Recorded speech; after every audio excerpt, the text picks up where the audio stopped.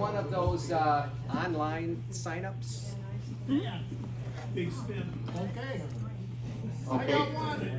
And then the other thing is if we're looking for some more prizes or items for the silent auction. So if anybody has any ideas or things that they would like to donate or an organization that would make a really nice silent auction, I guess see Becky and I for now since Teen's not here. So, but with that, thank you very much. Okay, let's get moving on. We're going to be talking about natural and wild fermentation, as well as small batch winemaking as our topic this evening. So I did a little bit of research on my own. To be honest, I have not done a wild fermentation myself, but I learned a lot, and I found a lot of articles that you might be interested as well, and I brought those along. But some other words you might hear as if you research wild fermentation yourself are that sometimes it's considered spontaneous fermentation, wild, indigenous, native, or feral. So feral kind of, if you think about like the yeast that's within your winery, you know, that maybe actually is in your equipment or on your floors or in the air. It's everywhere. Yeast is everywhere. So that's one thing I learned too. So most people try to prevent wild fermentation. And the way that they do that is they add SO2. Potassium metabisulfate is what I use, but SO2 to about 40 to 50 ppm, you know, right at crush or to the must before it starts off. So because that limits any of the spoilage sorts of bacteria and such like that that might be within the grapes or whatever it is that you've harvested. So one thing that I also read is that a lot of the experts and folks that do this regularly, especially the commercial wild fermentation, natural fermentation people, they recommend that you start with really, really clean fruit. And so what that means is you need to sort your fruit. Who's the other one? Okay, it's not on. Yeah, it is. Okay. You need to sort your fruit. Don't use any of the loose juice. Make sure you've got whole fruit so it's nice and clean and no blemishes or anything like that. Make sure you don't add any sulfites to the grapes or to the must or anything, because that's sort of defeating the purpose. And also, don't try this with kits, because kits are they're made to be like homogenized or pasteurized or whatever. So everything that's alive in it has been killed off. So there's nothing going to happen with your kit juice. So that's another thing that I learned when I was researching this. So why would people even consider this, starting a wild or spontaneous fermentation? Well, there's a lot of cons as to why they wouldn't do it. And some of the cons are that you really don't know what you're going to end up with. You really don't know what types of yeast are actually at work within your wine. A lot of wild yeast don't even make good wine. So, and they may produce some off odors, some funkiness during the fermentation. And the fact is that the wild yeast, sometimes they take so long to get going that it could help out these spoilage organisms. So the dreaded lactobacillus and acetobacillus. If you want to make some vinegar, that's a great way to go about it, is to encourage those guys. But usually we don't want to encourage them. So, and that last comment, it can take several weeks or several months for some wild yeast to actually fully ferment, if they ever do. So some of them will start pretty low in alcohol. And that's something to take into consideration also. Some of the pros are that the articles that I've read is commercial wineries that are involved in this, they really, they're looking for something unique. They're looking for some characteristic that's unusual from other wines. And that can be imparted a lot by these wild yeast. Or yeast that aren't commercially inoculated. They can really bring some more diversity into the flavors as well as the aromas and the mouthfeel. They can impart some unique characteristics that you just can't get anywhere else. And like I said, there's buildup of yeast in your winery and you don't even know it. It's everywhere. So you might be able to start a wild yeast with just what you have going on, even if you're a clean freak. I'm not a clean freak, I do clean, but I'm sure I have wild yeast all throughout my house. But at any rate, there's some other things that people do that it seems kind of funny to me at first, but then I think about it and go, wow, that makes a lot of sense. It's basically creating a starter, and it's got a fancy name. And I'm probably pronouncing this wrong. Steve, you can help me out with this wherever you are. Pied de cuvée, the foot of the tank.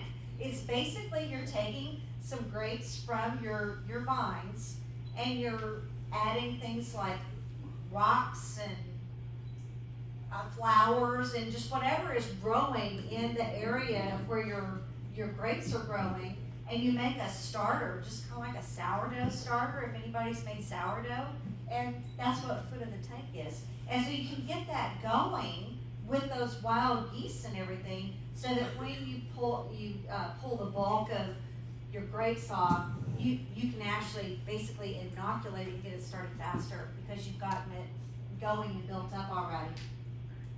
Other folks use chitosan. How many of you use chitosan now in some of or chitosan or whatever? Chitosan. I like chitosan better. Anyway, they say that it refines the microbiome. So it could actually, and this is a quote from Winemaker Magazine, an article called The Wild by Phil Plummer. And it says, while traditionally used for clarification, fungal chitosan has an ability to bind and or destroy the cell walls of spoilage microbes like Acetobacter, lactic acid bacteria, and Brettanomyces. Pretty good, right? All while allowing favorable yeast like Dolichospora, to proliferate. So, that's interesting. That was something new that I learned. So now, rather than me, who just did research and hadn't actually done it, I thought it might be interesting for folks who have done some natural winemaking to come up and tell you some of their stories. So Dale, where's Dale? Dale Labacki. You're up, dude. Here, I'll bring the microphone to you so you don't have to walk.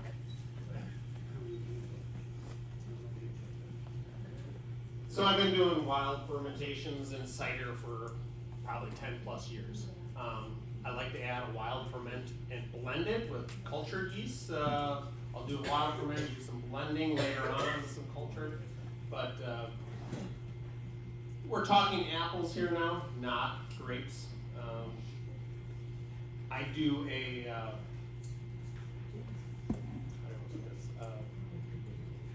I do a maceration with my apples ahead of time. So the natural yeasts have a tendency to build up in the maceration. 24 hours when it's September-ish, when it's warm out, it's about all you can get away with because it's in the 70s and 80s. Towards the end of October into November, I can get away with a 72-hour maceration in my apple must. And then I press off. So the early stuff, as soon as you press it off, I hit it with a little bit of SO2. Generally 35, 40 parts per million. And within 24 hours, that wild yeast is rolling already in the carboys or in the tank. You can see, you can see.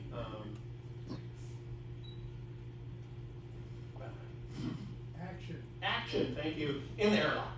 I have some wild stuff going on right now that I pressed on November 8th.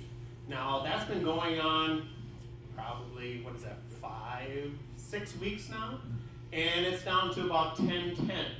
100% wild ferment. It took 13 days to get going. it laid there for a while because it was cool up.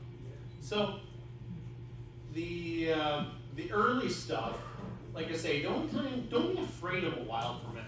The early stuff, you just start smelling it right away. So if it's starting to bubble, you're seeing active in your airlock, pull the bung off and just smell it. And if you smell something funky, give it a good stir, add a little nitrogen, add a little bit of ferment K, sorry, not nitrogen.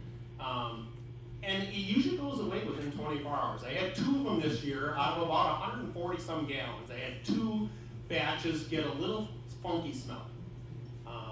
But I stirred them, gave them a good fat, and then went away. So I treat my wild ferments just like I do a commercial yeast. I feed them a Fermate O right off the get-go. As soon as we see a little bit of activity. Really, that's it.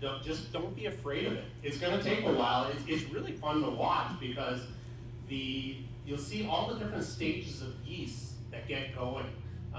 You'll see the first stuff start out, it gets real foamy and brown, then it'll die off. Then it'll lay there for a couple of days. Then sometimes all of a sudden you'll just see, you won't see any foam at all. You'll just see lots of activity, lots of bubbles, it's rolling in there. And then it'll die off. Then towards the end,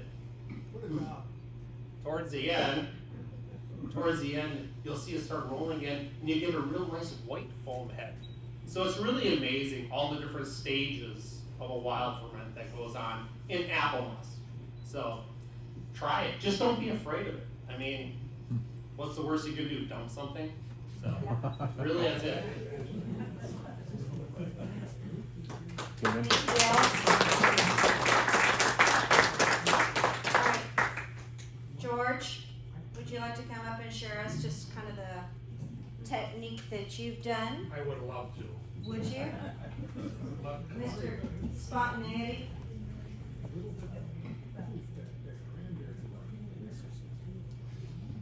Well, we can all have spontaneous fermentations with anything that we do. Vinifera grapes, wild grapes, fruit, no matter what. It usually surprises you. You combine everything you're putting together, you're ready to go, you've got your nutrients in and so forth, and you're gonna put your yeast in tomorrow, because it says normally it's the second day, right? But right away, immediately, that night, it's going. Where the hell did that come from? It's going, it's bubbling. Every year when I get grapes from my brother's vineyard up in Oshkosh, Amro, I know I get it every year, white grapes and red grapes both. So I don't know what he's growing up there, but he definitely has some yeast growing in his vineyard, just like the California vineyards, everybody else. Just like a big commercial vineyard. There's some kind of yeast that's on the grape, and it wants to go, so it goes. So, like Dale says, what do you do about it? Your first thought is I have to kill it. You can't kill it. You just can't kill it, because this is a bad analogy, but it's like an orgy going on in there. I hate to use that, but it's a lot of sugar, and it's yeast that are ready to go, and they're multiplying, and they want to eat that. You cannot kill it with SO2. You can't kill it with cold. If you did the two together, put a lot of SO2 in, and then lower the temperature down to 20 degrees, you could kill it. And that's in fact how a lot of winemakers, Philippe included at Wallerstein, makes his sweeter wines. If he wants a wine to go out that, 10% sugar, 5%, 2% sugar, that's what he does. He chills it. He kills it with, hits it hard with SO2. But we can't really do that, especially at the very beginning. Can't get it down to that kind of temperature. So you work with it and let it go a little bit. So how long? Well, what did I say? Did I say that? I didn't say that. That was from an article, 3 to 4%. You really don't know. But you should do a build-up like Dale just mentioned, and with a with a tough yeast. What kind of a tough yeast? Well, you can study your yeasts, remember? You go to Scott Labs website or whatever, and you get a yeast that says it's competitive. And it'll kill wild yeast. It'll kill other sensitive yeasts. And that's the one that you want to finish everything out, because the wild one that comes in is not gonna make it. It's only gonna go to, what, maybe 6% alcohol? And that's when you want your yeast to take over. So, we have done that, we've watched it. In fact, I think it's probably been studied by a lot of professional commercial winemakers, to the point where Scott Labs now has a double inoculation. And we have talked about that, Andrew, during the crush. And I'm happy to see your name up here, because you're gonna talk about Scott Labs starting with a wild yeast or a strange yeast, and then finish it off with a strong yeast. That's my presentation. Andrew's next.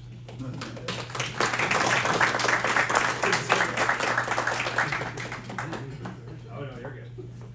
So I'm Andrew Hensing. I've done, like, just segueing off what they're saying, with wild fermentations, like, actually my next slide is basically exactly what George just said, like when doing the, it's not this slide, yeah, we can just go for that one real quick. So this partial native fermentation is like basically exactly what George was saying, like let it run, you can kind of hit, you can hit it with sulfite too, and it'll kill off the bad stuff, the more spoilage organisms, and then it will end up starting on its own. You can let it go 48 to 72 hours, and then add more of an anchor yeast to then go in afterwards. So that's definitely something I've read about with a lot of commercial wineries that kind of get that best of both worlds, as George was saying. But I'll go back to I have kind of one experience with I actually attempted this straight native ferment on the Zinfandel that we got last year, and I had a big batch that I did like traditional wise, right? Because you can't waste a whole batch just trying something new. So I did a side batch that was just about 5 gallons of the Zinfandel, and I actually had it for a sacramental wine for the church. So that was for the church I go to. I was like, well, they need a sacramental wine. We can try that. So per the Vatican rules, you can't really add anything. You can add sulfite, and that's it. So I was kind of, actually the Winemaker magazine has an article about sacramental wine of somebody that kind of did this process. And I kind of followed that technique. And one thing with doing some research of my own, Ridge Vineyards actually they do native fermentations. They're a big winery out in California, and they do the kind of a similar thing what Dale was saying, where you hit with sulfite, and it kind of kills off some of the bad stuff. And so I used that same technique. I used I was probably between 30 and 35 ppm of diacetyl sulfite to knock back the bad stuff. And then I actually cold soaked it for about 36 hours. It was still at 25 bricks, so I was nervous I was going to have a lot of residual sugar. Is this thing going to ferment out totally? Because you don't know what kind of wild yeast you're going to get. But it took about, my regular fermentation kicked off within about probably 2 days, where it was really roaring. And this one took about 5 to 6 days before it started to slowly come up after I let it heat it up from the cold soak. And so that one, it took probably about another 6 days longer that it went through that fermentation because of the wild fermentation. So sometimes with those wild fermentation, you get you get that longer fermentation, you get more of an extraction from the grape as well, which is kind of interesting. So that one, it did ferment out totally to completion, and so since with this particular batch I couldn't really add anything to it because the purpose I was using it for, I used just like used the fine lees that was in the batch to try to build the body a little bit more, because there were some parts of it that were still acidic and a little harsh, and it's like normally there's certain products that are out there that you can use to try to balance that out, but with this one I couldn't do that, so I used the lees, and you stir that lees up a lot. So I did that process probably every 2 weeks for about 6 months, to try to build that body, and I felt like it really kind of balanced the wine out a little bit more. And as a lot of people probably knew, that Zinfandel batch that came in at like some people's batches came in at a decently high pH, like around 3.8, which is probably you want to add a little acid when your pH is that high. So I actually used a little bit of the wild grapes from the church itself. They had like a little wild grape, a little fence that had it. So I used that to balance the pH down. So that's kind of a technique you can use, almost like a field blend technique, if you don't want to use tartaric acid or something like that. So that I feel like some places try not to do that. And so now we'll talk about mimic well fermentation. So Brian Davis and I have been we've been kind of exploring this for the last couple of years, honestly, when we've been doing fermentations together. I've been doing them kind of on my own as well. So kind of the goal is to harness the benefits of wild fermentation and then prevent the negative effects that you might have spoilage yeast that come in, or spoilage bacteria that can cause problems. So the main non-Saccharomyces yeast. So Saccharomyces is the traditional yeast that we use, that is kind of commercialized and packaged. So as George was leading to, Scott Labs has done a lot of these non-Saccharomyces yeasts. They're trying to mimic those beginning stages of fermentation when there's that that pool of everything kind of trying to take hold and ferment on its own. So the main one is forgive all my pronunciations, because there's a couple yeast in here that are hard. Do you want me to pronounce it for T you? well, we'll just call it T. Bruchii. T. Bruchii. That'll be. And so T. Bruchii, that one is like a main one that they've isolated in good native fermentations, and it tolerates about 6 to 10% alcohol depending on the strain. So just like the packaged yeast that we get that are mainly Saccharomyces cerevisiae, that's what the traditional ones that you're getting. These have kind of their same characteristics, where each different strain can have different characteristics in its own right. So there are 3 main ones on the market, but they tolerate usually from 6 to 10% alcohol. So if you just put that in, I mean, you could have a spontaneous Saccharomyces that will finish it out, but usually they always recommend adding another strain of Saccharomyces yeast after the fact to finish out fermentation.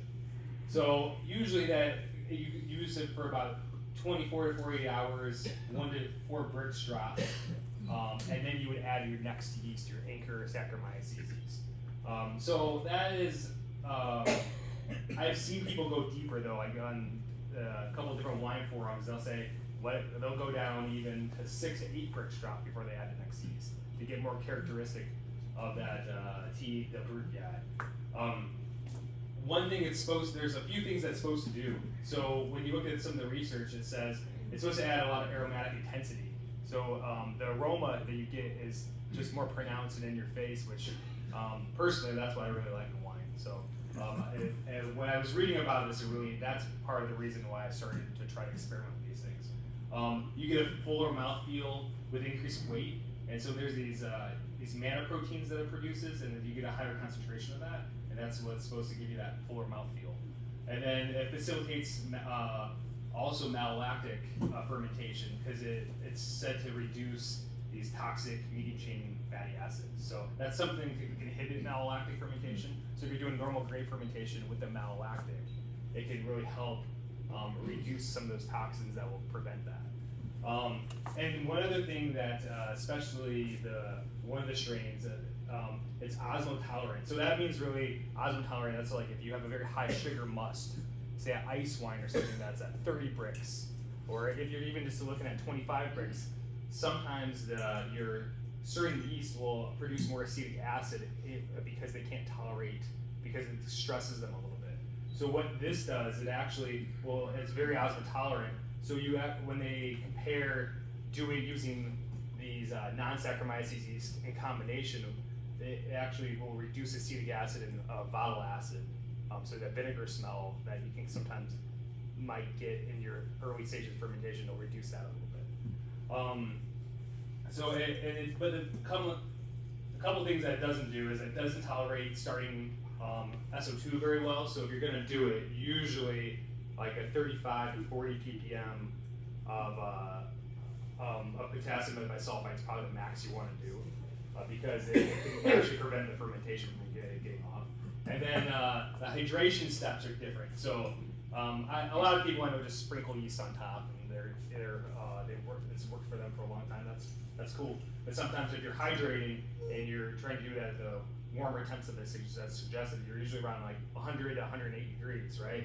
With these non-Saccharomyces yeast, they're usually room temperature at 86 degrees. But there's a whole kind of, you just read how to do it. It's not too bad.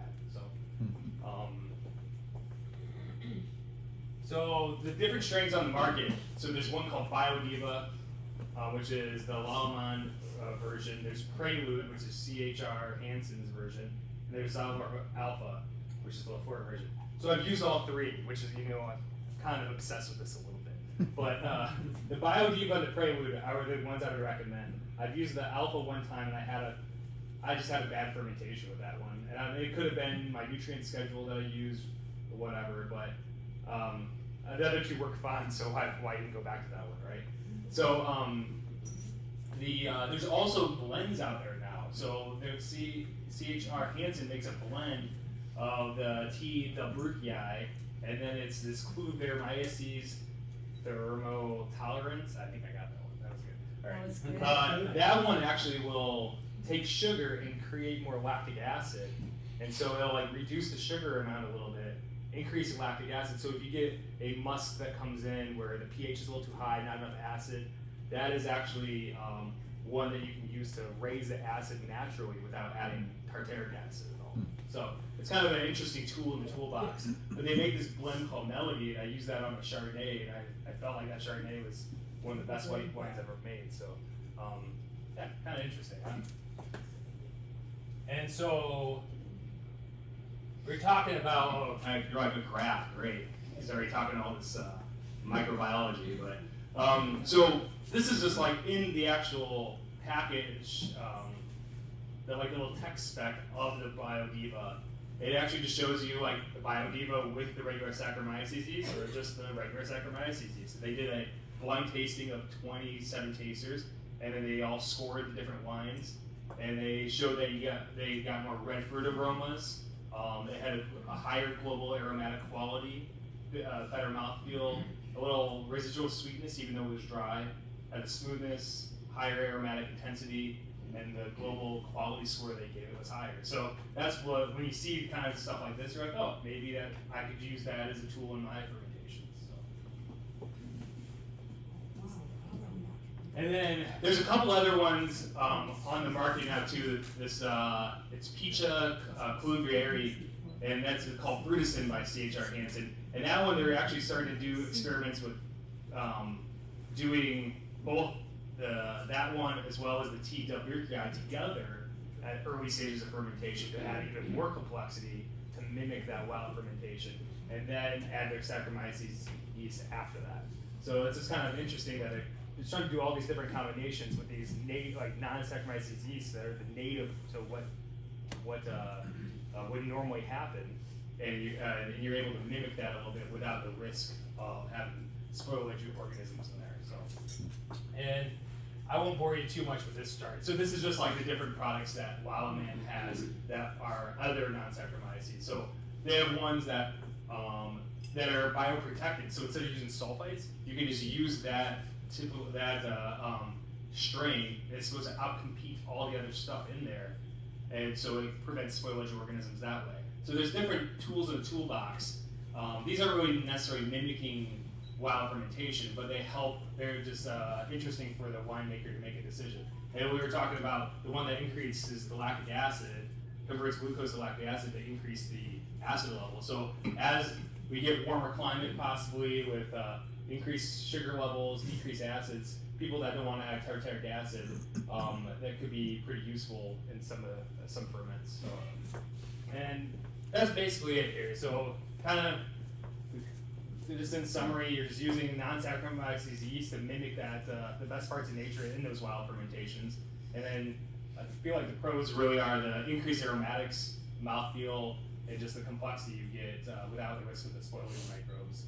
Then kind of the cons is you have to buy it in a 500 gram pack, right? So I think they range from about 125 to 150 bucks for a 500 gram pack. So like if you're buying it in groups and splitting it up, that's probably a good way to do it. So I have some biodiesel if anybody wants. I had it freezed, or I had it sealed and vacuum sealed in the fridge. So and then it's just kind of extra labor. So when you're doing 2 pinches in your fermentation, you got a lot going on. That can be a little bit stressful as well to make sure you're getting the timing down and things like that. So yeah, that's what I got tonight. Cool. Yeah. And I have the Zinfandel native fermentation. I have a small bottle of that if anybody wants to try some, as well as the Zinfandel that I did with one of the yeast called Prelude that we had up there. I did that one with that one. So if anybody wants samples, come to the table. Jim has a Jim, what's up? On your working with the wild yeasts, Yeah. what did you find on your, I missed it. What did you find on your, without the wild yeast? Was there a difference? So I mean, you can taste them, right? So one's wild, one's that mimicking the wild. So both of those are here tonight. Oh. So if you want to try a little taste of Oh, each, yeah, we will. So that's kind of the it's hard because a lot of times I don't have time or energy to do direct experiments and that type of thing. But this one particularly, I used Prelude yeast with a combination of 2 other Saccharomyces yeasts, and then compared to the actual just straight wild ferment. So.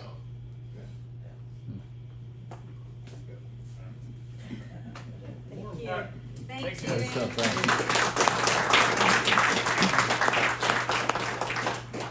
Okay. Uh-oh, George is back. I have just one little story. A story? I can't resist this. Story little time with story. George.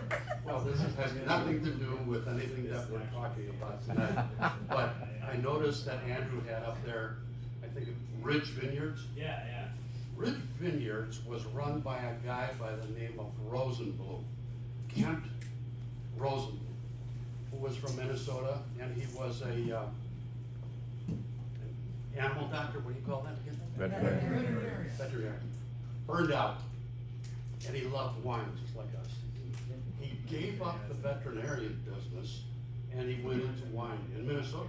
Then he bought some places in California, and he was always rated one of the top 3 Zinfandel producers in the country. And they all started with an R. His was Ridge. I can't remember the other 2. I can't remember the lot. Ravenswood. What was it? Ravenswood. Ravenswood's another one. Who's the third one? Well, anyway, this was Ridge. Rosenblum from Ridge. And Mary and I were at an American Wine Society meeting. I think it probably was in California. And he was a keynote speaker. He was talking about his Ridge. He's like the star of the show.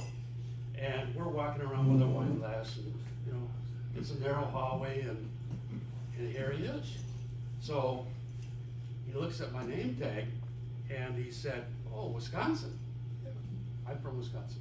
He said, "I'm from Minnesota." I know that. I know everything about them. So he said, "Did you hear what we did in Minnesota?" No. What? He said, our DNR crossed a walleye and a coho salmon and a muskie. I said, "Well, that's very interesting." And he said they called it a Kowalski. It couldn't swim. And he walked away. My Rosenblum story. Yeah. Unfortunately, he passed away a couple of years ago, and I think his daughter's running it right now, and she's winning all kinds of awards too. So look for Ridge. Yeah. Ba-dum-bum. Thanks. Okay, our next topic, and I promise this will be fairly quick, it depends on what Dave Colwyn is. Anyway, small batch winemaking. So when we're talking about the natural wild fermentation, it sort of leads us to, hey, maybe we want to experiment with a smaller batch, something, more workable like gallon or 3 gallons, or, I mean, if you think 5 gallons is small, then 5 gallons. But it's really experimenting. People do small batches. Another reason you might want to do smaller batches is maybe you have limited space. So, or maybe you don't have a large quantity of whatever it is that you're wanting to work. So, so a lot of reasons why you might want to try just a smaller batch of something rather than saving up maybe your fruit for a bigger batch or whatever. So, one of the things whenever we were in our program committee meeting, some folks were saying, like, Jim, you had tried a jalapeno wine in a small batch, very small. It's like, you don't want a lot of that anyway, No. right? And Paul, you did some meads, yeah, and some different fruit, and maybe you want to experiment with some wild fermentation. So, I usually make smaller batches. I have my estate Catawba grapes grown from my estate, which I have 2 vines. So I get about 3 gallons a year out of it. But anyway, so that's why you might want to do some small batching, or maybe you're trying something new. Like maybe you're trying something with some vegetables. Like I got a hold of some rose hips that I picked off of someone's rose bush. And, but I only had a handful, so I thought, maybe I'm gonna experiment with just make a gallon out of it, do something with these rose hips just to see what happens. We'll see how that goes. But anyway, the main thing to think about is how are you gonna level up? So when you're starting a small batch, sometimes, Dave, you need to start coming on up here, buddy. You need to start really thinking about what sizes of containers you're going to use. So I am going to pass this along to Dave, and you're going to enlighten us. Okay. Let's see what we can do for the next slide. You're on it. That do it? Okay. I have experimented with any number of containers. In fact, I probably experimented with more than anybody else in the club. How many of you have fermented in wine bags? My observation using something like wine bags is that they actually work. And the only thing that I would say is really critical is that when you're racking off of it, it's a bugger to separate the leaves. So they're really, really good when you get into your 3rd racking. When you're on your 1st one, 2nd one, not a lot of advantage. Looking at wine bags, I have 2 different kinds. This one is called metallized film. I'm an industry person, and metallized films are rated every bit as good as steel tanks or glass carboys. Something to consider. There are numerous sizes of PET containers that are out there, and it's mainly a matter of just looking for them. This is a 10 liter. 2.5 gallons. I keep going to the local wine shop and I ask, where are your 4-gallon carboys? Where are your 2.5 gallon, 2-gallon carboys? If you do something like that, or you're doing a better bottle with a 120 millimeter, take something that is non-traditional. This is a silicone sold as a bowl cover, and I can put it on the 120 millimeter, and it will puff up like a balloon. Kind of interesting. Okay, in my world, the ideal, I say, is going from a 4 liter to a gallon, which is 3.78 liter, and then to something else. The something else could be, again, going to traditional marbles. Everybody's used marbles. And if you're looking at other food grade materials, Delrin is an interesting plastic. We use it in food plants. Polyethylene is an interesting plastic. We use it in food plants.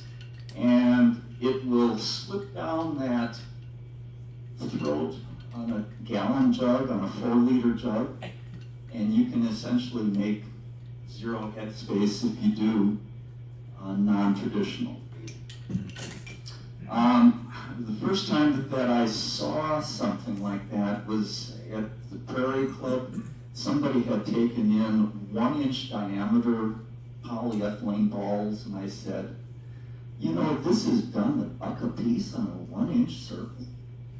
I can go to Granger, which is where I get this stuff, and I can get a 4-foot stick for the cost of 3 boxes of these 1-inch balls. So it's, you look, filling up volume, buying a stick and cutting it down is a lot cheaper.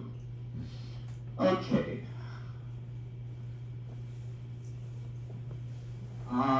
Okay, the purpose of this is there are many, many different kinds of food plastics. I have mentioned polyethylene. LDPE is one of the things that I've used. In essence, if you're looking for it, you can find it over at your Cabela's as a camping jug.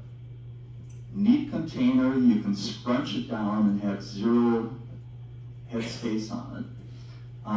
The bad thing, or maybe the good thing, is that if you're doing a 2-month ferment in it, you're going to have low oxygen transmission.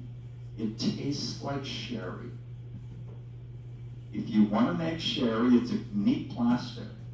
The next one in this list is high-density polyethylene. That's rotomolded containers. There's lots of variations of that are out there, ranging from 2-3 gallon up to 500 gallon tanks. Food grade, it does have oxygen transmission, and the oxygen transmission on it, if you're trying to copy what you would do, micro-oxidation with a oak barrel, that's it. Okay, PET is a standard. Oxygen transmission is less than 1. In essence, it's about as good as glass would get, about as good as stainless gets. We don't have it on this list. The other one that I would like to point out is silicon. If glass and PET are going to be less than 1, this one has an oxygen transmission rating of about 40,000. Coming where I am from the food industry, you have lots of choices out there. There are more choices than that I currently have on the market. One of the neat tricks that I had was a product that was put together with a silica deposited multi-wall. You're putting one film on another film on another film to build multiple properties. And oxygen for winemakers is really, it's a major risk factor, so we want to minimize it. Okay, bench trials. Am I done? Oh.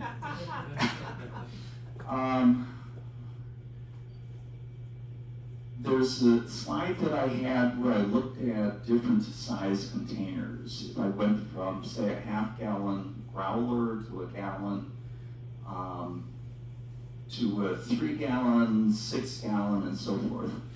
If I do calculations keeping a standard 5-centimeter ullage on the top of that,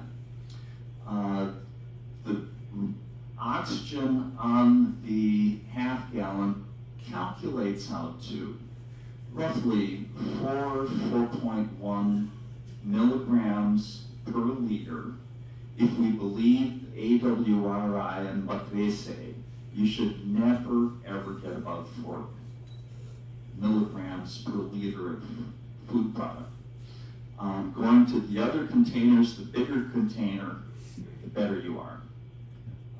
For me, I would avoid going with less than a 4 liter to a 3.78 liter, and then maybe to one of these for more long-term storage. Whatever you do, keep your headspace down.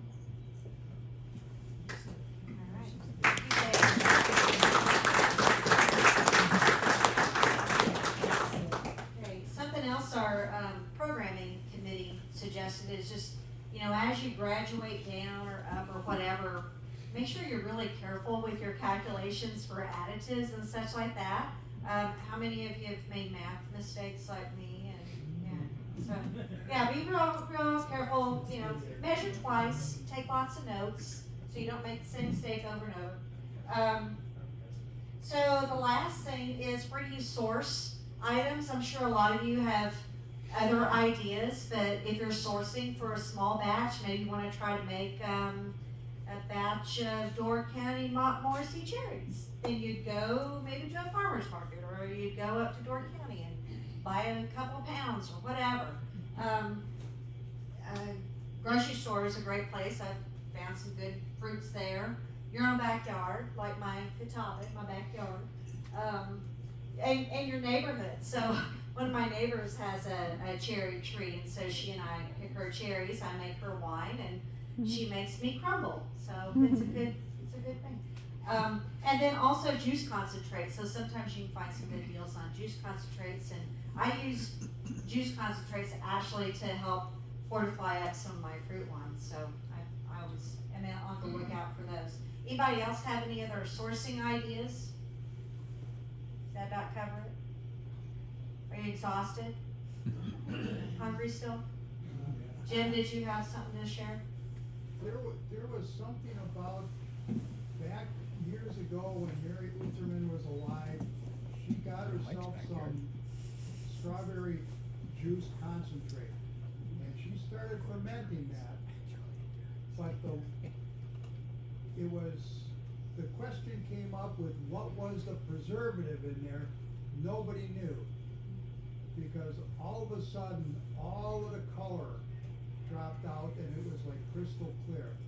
So she threw it away. Wow. And in determining it, that it was just some customer brought it in.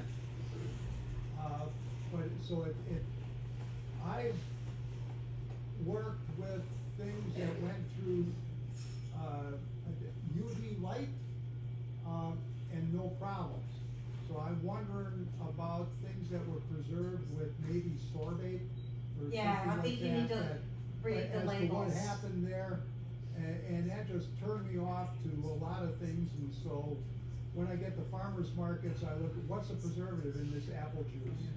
I say, oh, UV light, okay, great, give me a couple of that. So that's my own. That's a good point.